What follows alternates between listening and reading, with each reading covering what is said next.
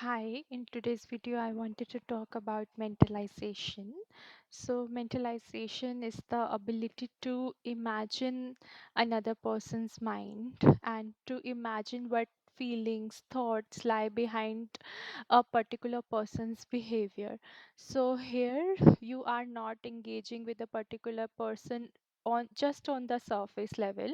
You are also building an imagination behind what lies behind that person's behavior. It also includes the ability to think about one's own mind, one's own desires, beliefs, and feelings. But the point is, how does mentalization become important? So, for example, if a parent comes and says that, okay, my child is just not going to school, and the focus is, how do I send him to school? How do I make sure that he goes to school? But there is no imagination around or wondering around why is he refusing to go to school, and what are these fights about which happen every morning. So, this is what constitutes the crux of mentalization or reflective functioning. So, it becomes important because it helps in building appearance reality distinction. So, I have made a presentation. So, let's go through it. So it what does it help us with? So mentalization helps us with building a secure relationships.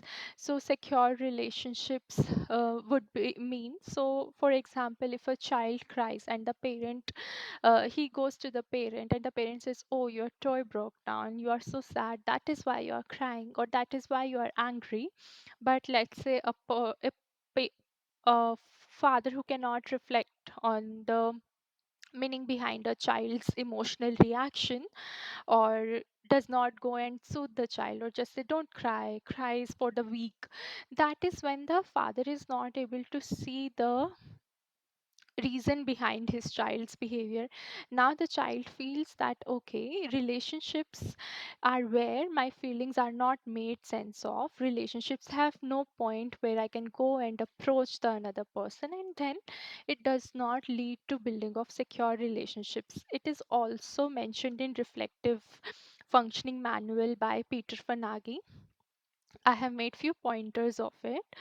Then another most important point, it helps us in building with this appearance reality distinction. I think it is very very important because let's say if a parent or if someone is constantly hostile to a child, or if a child is being constantly maltreated by a parent, then the child might wonder, is it because I am unlovable? Is it because something is wrong with me?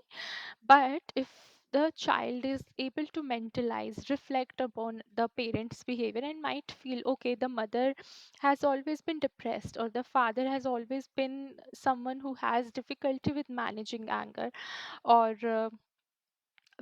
if we can take little complex examples also, but if the child is able to see the reason behind a person's behavior, then the child is also building an emotional buffer where the child is able to see, okay, maybe my mother's behavior is unlovable, but doesn't mean I am unlovable as a person.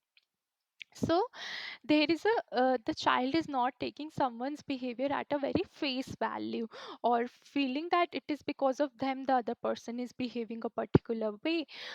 So there is this appearance reality distinction which is built. And for example, if a child has always been controlled and lived in a very controlling environment, now the child feels that maybe they are dirty, and the child has problem of obsessive compulsive disorder. The child is somewhere wondering unconsciously, is it because I am so dirty that I have to be managed all the time? Is it because I am so dirty that I have to be controlled all the time?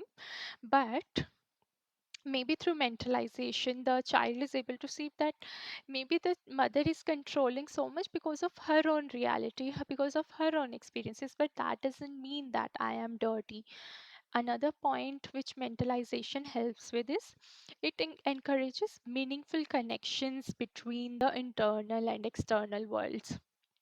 So uh, how does it happen? So inner world is about feelings, thoughts, behaviors, but external world is all about another person's actions, meanings. So for example, if there is no connection to between these two, then another person is just being related to as a mind, not as a mind, sorry, as an object. So if a friend cancels a lunch that has been scheduled, the person who cannot mentalize might think, okay, this person just doesn't care, okay, this people are useless.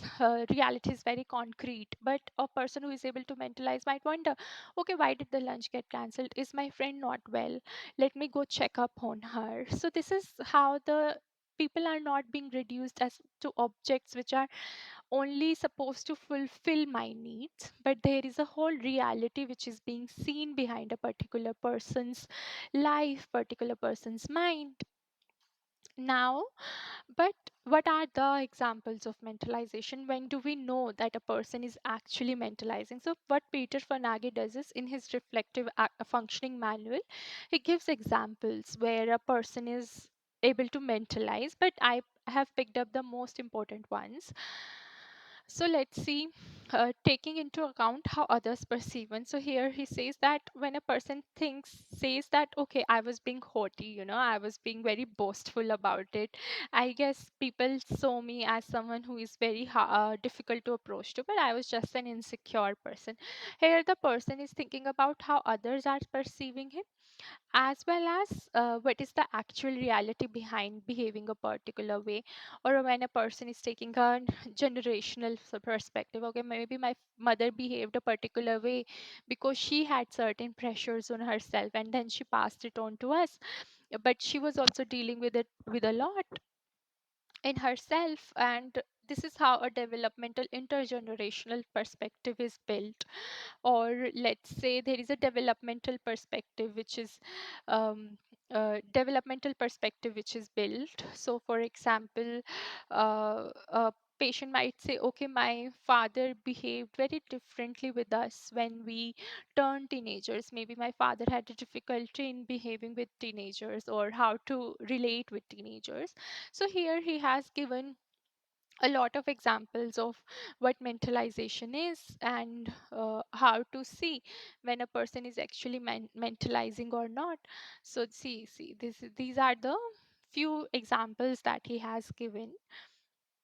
I have I can also share another aspect to it. So if we see this conversation, so here there is a client named Claire. So this over here, Claire is saying that that people only care, or therapists only care for her when they hospitalize her. Now she's symptomatic, and the therapist is a little confused whether he should hospitalize her or not. But the patient interprets it as therapist not being caring towards her. So there is a breaking down on the mentalization where the client is not able to assume another person's mental state here. So let's see, the dialogue goes, and therapist says, so you want me to do something more for you? And Claire says, all my therapists have hospitalized me. You by not doing that clearly do not care about me. And therapist says very gently, I see, since I am not rushing to hospitalize you, it feels like I don't care about you. I understand why it would make you so angry to work with someone who doesn't seem to care. How exactly would hospitalizing prove I care? So therapist is gently trying to explore Claire's perspective, and then with a little more challenging he goes here. How are you so sure that the only way for me to show I care is to hospitalize?